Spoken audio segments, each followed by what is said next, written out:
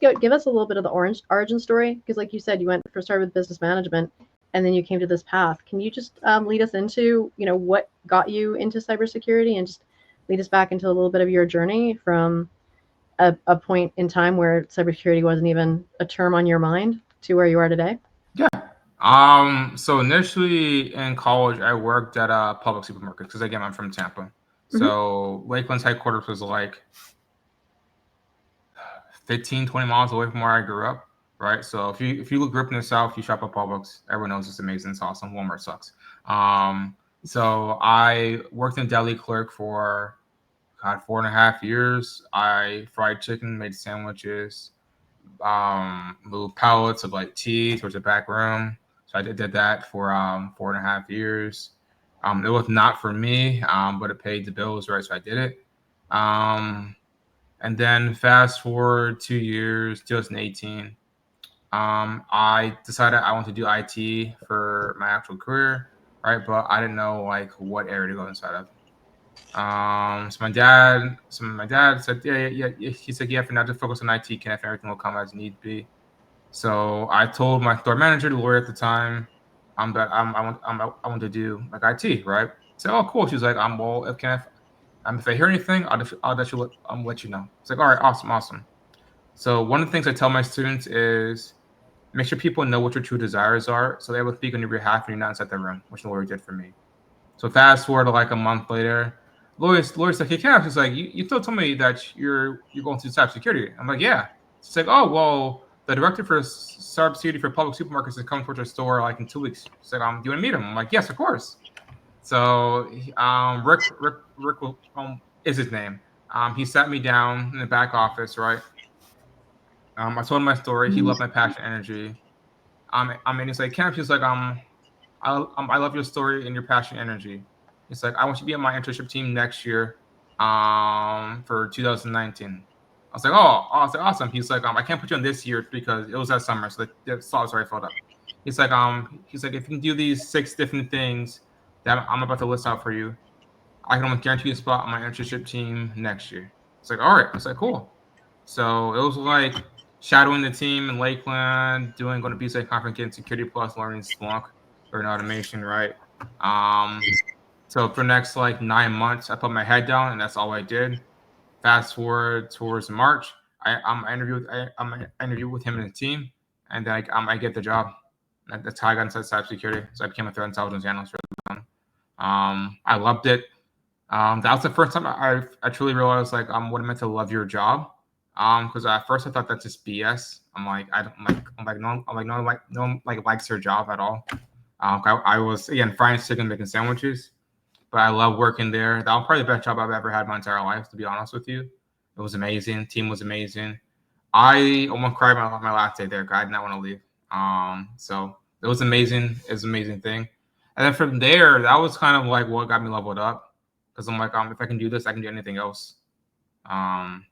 Then from there, I just continued to network, develop my relationships, then move up as I could. I love that. That's a great story. That's a great start. And then what led you into teaching in the academy? No, this was all by accident. I never wanted to do this in the first place. With you, I thought it'd be like a lot of work, which it is, and a big headache, which it is. So I'm like, I don't ever want to be a business owner. It sounds like a waste of my time. But during COVID, people kept telling me, I can't they're like you're really good at training people, because I was bored because people were like sick and dying. So I'm like, I might as well learn something. So I train people on how to use Splunk and SIM technologies all throughout COVID. Like the first 2 years, people kept telling me that I'm really good at training them. And someone told me one day, they're like, you know what, Kenneth? If you actually charge for this, I'll pay you. I was like, oh really?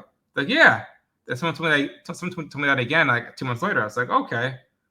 So I'm like, you know what? Let me test this out. So I did a paid like 4-week course for Splunk. This was March of 2022. I had 8 people sign up. It was like $80. It was like only $800 I made, but that was like money I made by myself for my own skill set, which like changed my mindset, right? I thought it was like super awesome, super cool. And then from there, people told me they loved it, and I'm like, you know what? I'm like, screw it. Let me actually see if it turns into business. And then June 2022, we turned to the business. and then we've been in business ever since. It's been a whirlwind. I've helped my clients generate over like 700K new salaries amounts for the past 3 years. I've helped say probably 30 people get hired in the past 3 years as well. So it's been an amazing feeling. I've changed people's lives. It's been absolutely awesome. It's very, very funny because this year is our third year in business, and I'm like, it felt like 20 years, honestly, but it's been fun. Congratulations. Wow. Thank you. Another question that I have is, what sparks your interest in that field? Like, what is your favorite thing in your job right now? Oh God, I do so much. I would probably say I really started to like threat hunting a lot. Because that was my last client, and that's what I did for them. So I like threat hunting because it's much more proactive. So people leave me alone, which I like a lot. And so people have just given me a lot more leeway to design the program as I like to. So performing different threat hunts, being able to actually practically build automation rules and scripts to actually automate some of the processes. My favorite part has probably been insider risk management because it deals with the human element of how people actually mostly try to compromise their own corporations. So building detection rules off of that, building different threat techniques off of that has been really, really cool. My personal opinion. Amazing. We have another question from the Oh. audience. What is the common characteristics that you look for in an entry-level person that makes you recommend or peer them with an organization you help out with hire? I'll say humility, probably the biggest thing, right? No one likes working with an a-hole. So just being humble, being willing to learn, probably the biggest thing I look for. Because like a lot of technical stuff can be taught, pretty quickly. Honestly, if they're willing to be coached and taught, it's just that empathy, humility is one big thing that if you don't really have, I don't really want to work with you, honestly. So having that, especially as an entry level person, is super, super important in my professional opinion.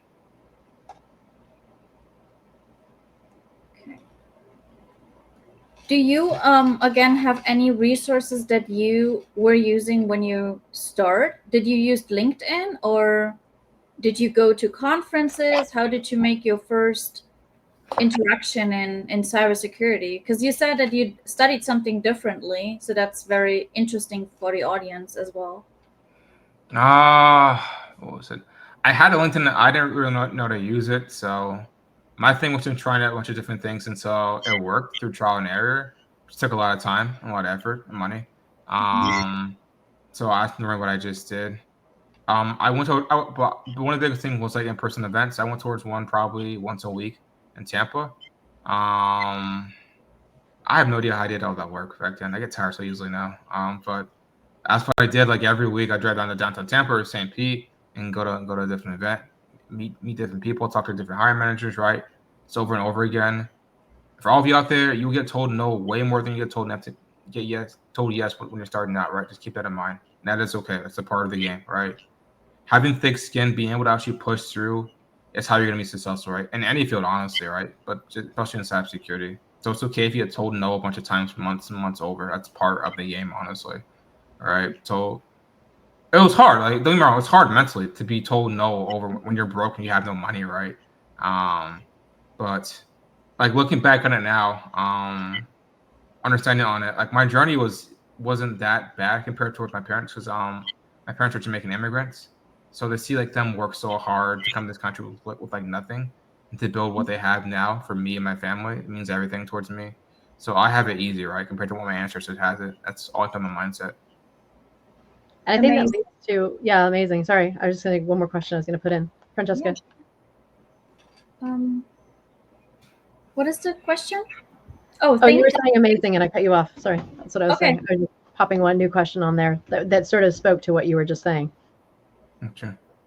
Oh, I would go ahead. I would say if your feelings suck, I would ask yourself, why are you feeling suck? Are you feeling suck because it's so hard, or it's because your expectations are unrealistic, right? Because some people tell me, Kev, like I've been trying to do this cybersecurity thing for 3 months. I'm like, so you're telling me you're coming from a completely different field with no experience, and you're trying to transition inside cybersecurity, and you think that in 3 months that's all gonna be magically fixed? Like, oh well, when you say it like that, it sounds unrealistic. I'm like, yeah, right. Think about it. If I go to become a doctor, that takes what 8 to 10 years to become a doctor. So I spend probably 15% of my lifetime on one single thing. I'll probably spend $300,000 in medical debt, right? To work at one single thing, right? So if you spend 6 months towards a year, that really isn't that long, honestly, right? Again, have a very long time horizon for whatever you're trying to do, and keep that in mind, right? Because if you do it that way, the aspect of you not getting a job in like in a month or 2 months, or you not learning everything in like a 3 month period doesn't seem that bad.